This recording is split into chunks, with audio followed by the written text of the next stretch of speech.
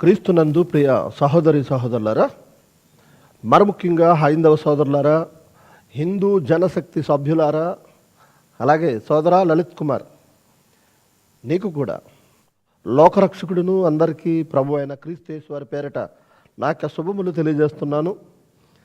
ప్రియ సహోదరి సహోదరులారా, ఒక ప్రాముఖ్యమైన విషయమై ఈరోజు ఈ విధముగా ఈ సమయంలో మేముకి నా మాటలను తీసుకొస్తున్నాను.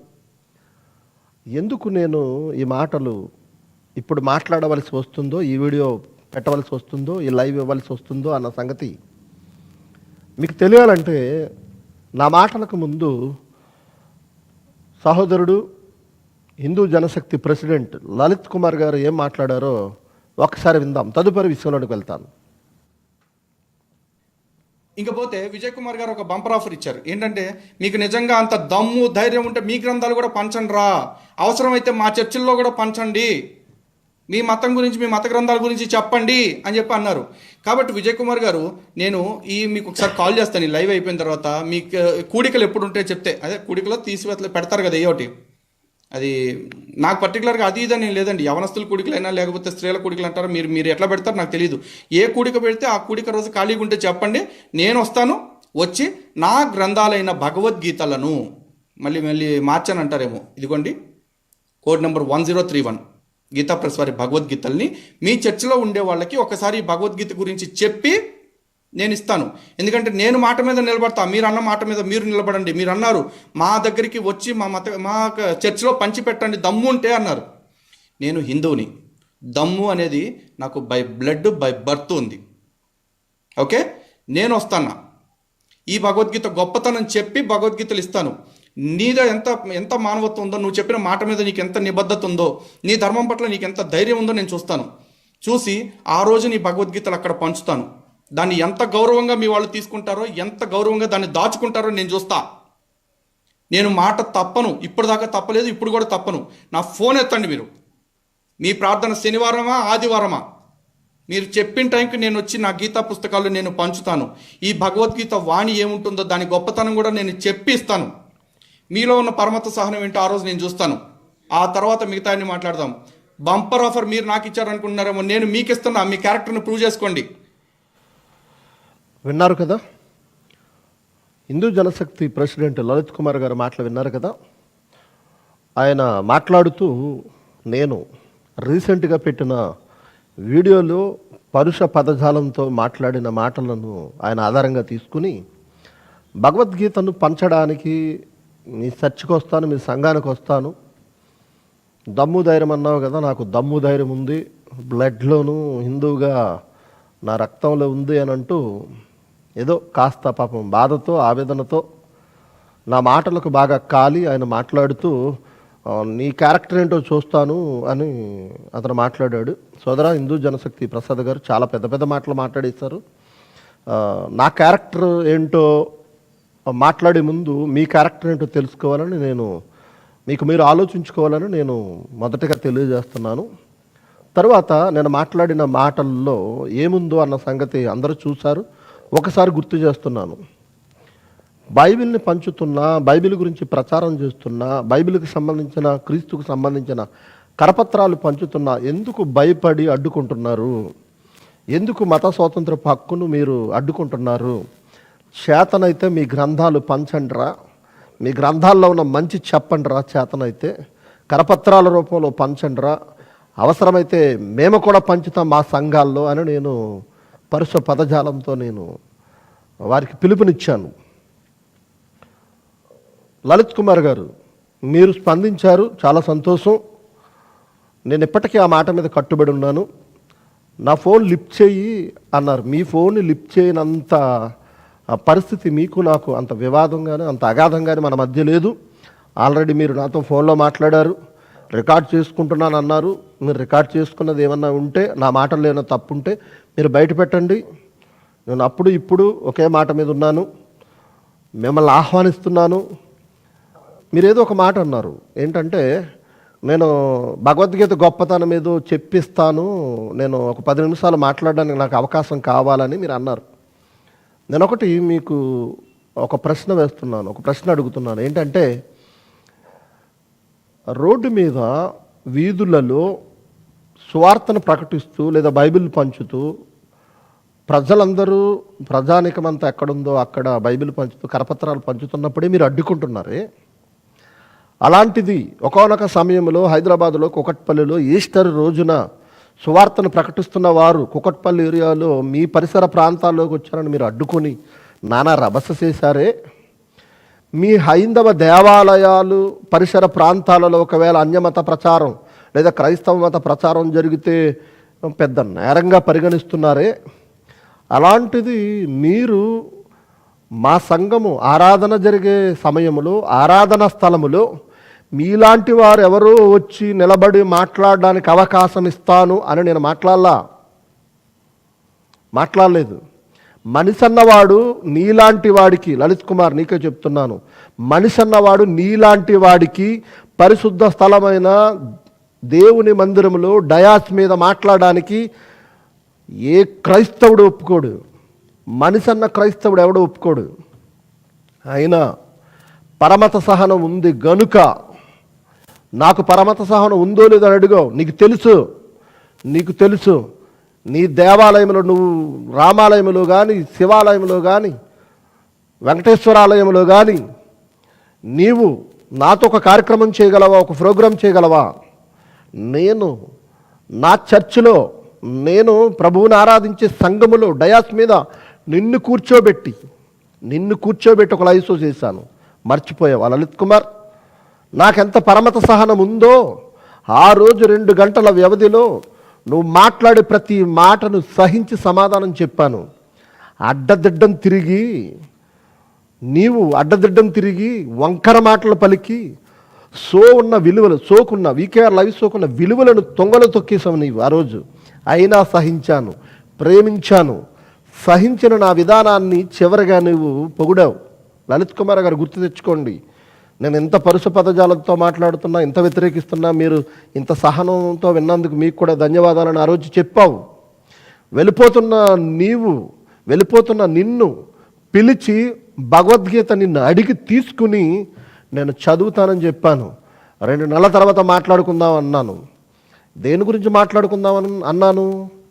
భగవద్గీతలో ఏముందో చెప్పబోతున్నాను. 2 సంవత్సరాలు అన్నావు, లేదా సంవత్సరం అన్నావు, ఏదన్నావు? భగవద్గీత గురించి టోటల్లీ నోట్స్ రెడీ చేసి పెట్టాను. పెద్ద చెట్టా ఉంది, త్వరలో వీడియోస్ రూపంలో బయటపడతాను. చేతనైతే కౌంటర్లు ఇచ్చుకో.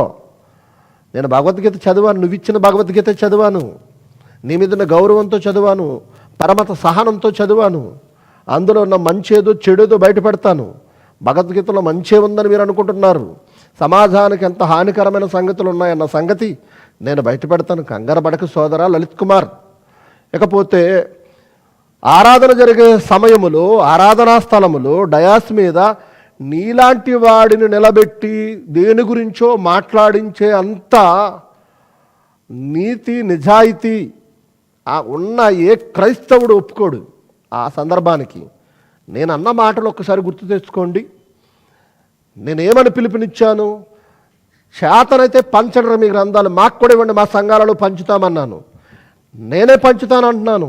లలిత్ కుమార్, నువ్వు ఎన్ని భగవద్గీతలు తెస్తావో, ఎన్ని రామాయణాలు తెస్తావో, ఎన్ని భాగవతాలు తెస్తావో తీసుకురా, నాకివి, నేనే పంచుతా.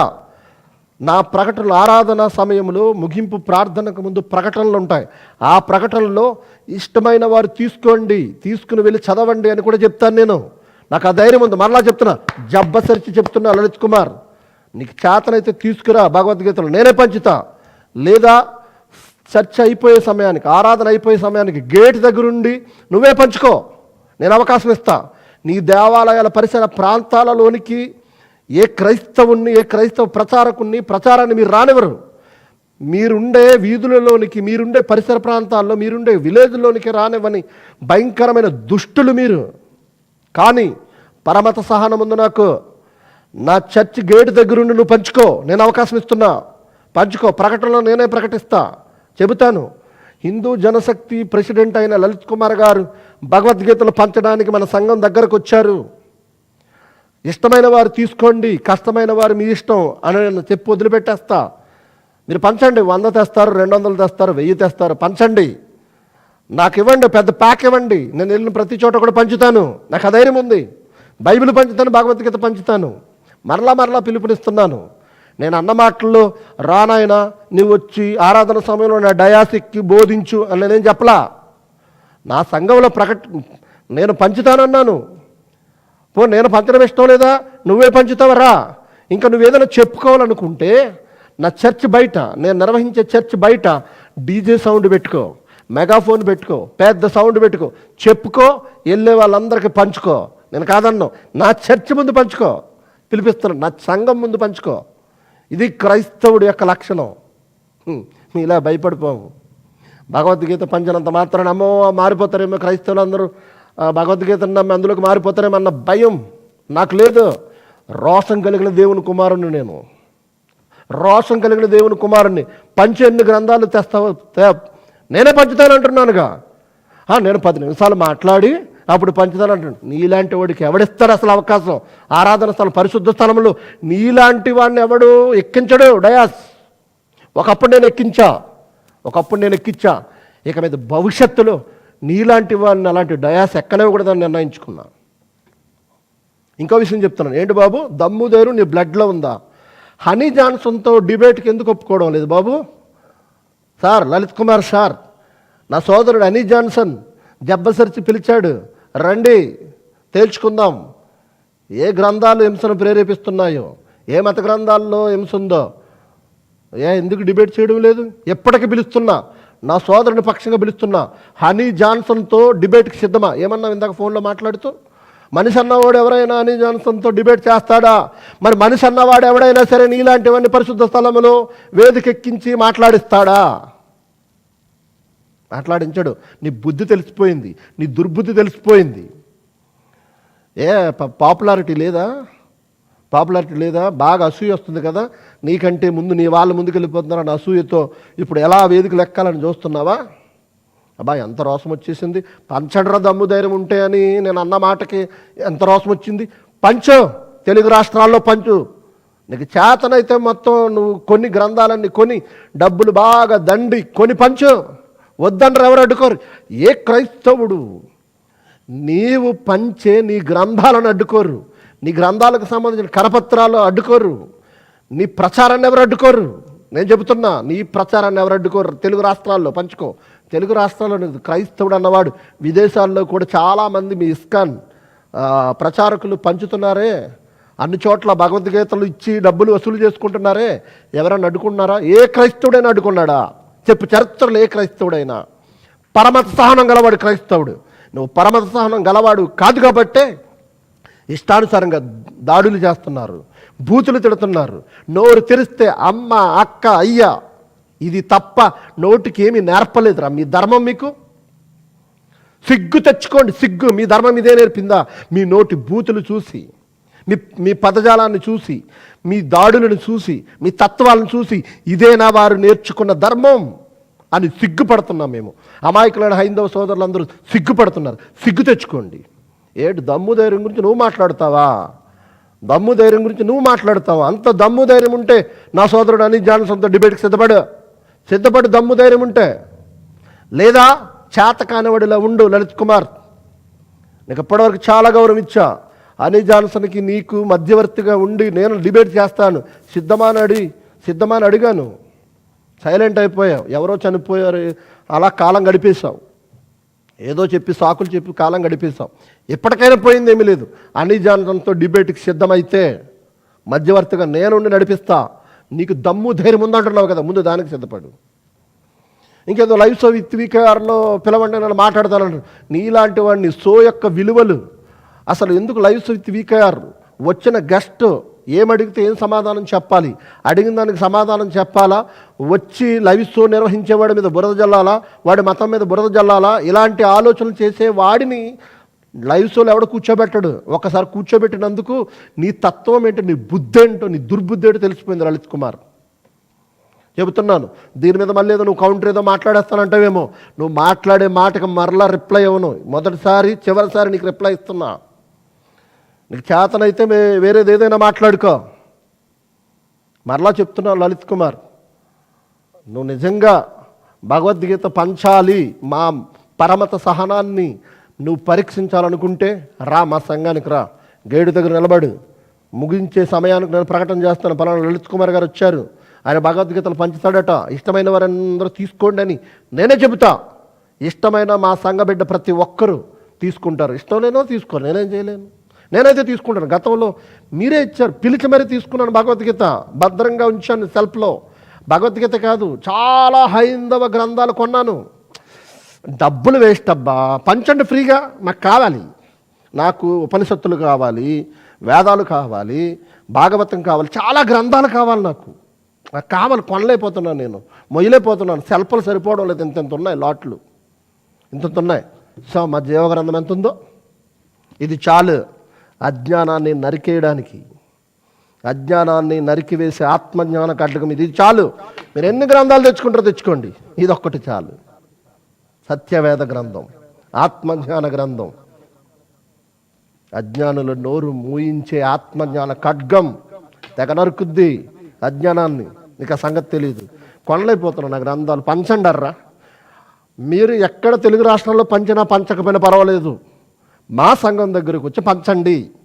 ఎన్ని గ్రంథాలు ఉన్నాయి అన్నీ తీసుకురండి. నాకు దొరకడం లేదు, కొనే స్తోమత నాకు లేదు. ప్లీజ్ లలిత్ కుమార్ గారు, కాస్త మీ గ్రంథాలన్నీ తెచ్చి మా చర్చి ముందు పెట్టండి. వెళ్ళేటప్పుడు మేము ఉచితంగా తీసుకుంటాం. ఖరీదు పెడతారా? పోనీ తక్కువ ఏదో ఇవ్వండి, కాస్త కూస్తో కాస్త ఇవ్వండి, మేము కొనుక్కుంటాం. పోనీ అమ్మినా కొనుక్కుంటాం, పంచినా కొనుక్కుంటాం, అదే తీసుకుంటాం. కాబట్టి మాకు ఎటువంటి బాధ లేదు. క్యారెక్టర్ గురించి నువ్వు మాట్లాడకబ్బా, క్యారెక్టర్ లేనివాడు క్యారెక్టర్ కోసం మాట్లాడితే బాగోదయ్యా. కాస్తంత ఆత్మవిమర్శ చేసుకో. నీకు ఒక క్యారెక్టర్ ఉంటే ఎదుటివాడి క్యారెక్టర్ కోసం మాట్లాడదు. కానీ సమాజంలో జరుగుతున్న ప్రతి ఘోరకలి మీలాంటి వారి వలన కూడా ఏర్పడుతుంది. అంటే మీలాంటి తత్వం వలన ఇలాంటి ఘోరకలు ఏర్పడుతున్నాయి అనడానికి ఈరోజు క్రైస్తవులపై మీరు చేస్తున్న దాడులు ప్రత్యక్ష నిదర్శనాలు. చేతనైతే ముందు మాకు పంచడం కాదు, ఒక విషయం చెప్తున్నాను లలిత్ కుమార్, మాకు పంచడం కాదు, హైందవ సోదరులందరి దగ్గర భగవద్గీత ఉందేమో ముందు అది కాస్త ఆలోచించుకో అయ్యా. హైందవ సోదరులందరి దగ్గర, హైందవులందరి దగ్గర భగవద్గీత ఉందా? హైందవ సోదరులందరి దగ్గర రామాయణాలు ఉన్నాయా? హైందవ సోదరులందరి దగ్గర వేదాలు ఉపనిషత్తులు ఉన్నాయా? ఈ తెలుగు రాష్ట్రాల్లో ఉన్న హైందవ సోదరులందరికీ ముందు పంచండి. ముందు మీ ఇల్లు చక్కబెట్టుకోండి, ముందు మీ ముడ్డి కడుక్కోండి. మాది కడుగుతానని రాకండి. ముందు మీ హైందవ సోదరులందరికీ పంచండి, ఆ తర్వాత మా దగ్గరికి రండి. నేను పిలిపించాను, ముందు నా దగ్గరికి వచ్చి మా సంఘం దగ్గర పంచుతానన్నా ఓకే, నాకేం అభ్యంతరం లేదు. పంచు, లేదా నా చేతికి ఇచ్చేస్తావా, నేనే పంచుతాను. వీడియో తీసి హెచ్డి క్వాలిటీలో నీకు పంపిస్తాను. నీ ఫేస్బుక్లో పెట్టుకుంటావో, యూట్యూబ్లో పెట్టుకుంటావో, ఇంకెక్కడ పెట్టుకుంటావో పెట్టుకో, ఓకేనా? నాకేం అభ్యంతరం లేదు. లలిత్ కుమార్ గారు, మరలా చెబుతున్నాను, మీకు ఈ మాటలు సమాధానంగా సరిపోతున్నాయి అనుకుంటున్నాను. భగవద్గీత పంచడానికి ప్రేమతో ఆహ్వానిస్తున్నాను. రండి, గేటు దగ్గర నిలబడండి, అందరికీ పంచండి. నేనే ప్రకటిస్తాను, లలిత్ కుమార్ గారు పంచుతున్నారు, తీసుకోండి అని. లేదా నా చేతికి ఇవ్వండి, చెప్పినట్టుగా వీడియో తీసి మరీ నేను మీకు పంపిస్తాను. మీరు ఎక్కడ పెట్టుకుంటారో పెట్టుకోండి, ఓకేనా? God bless you Lalit Kumar గారు.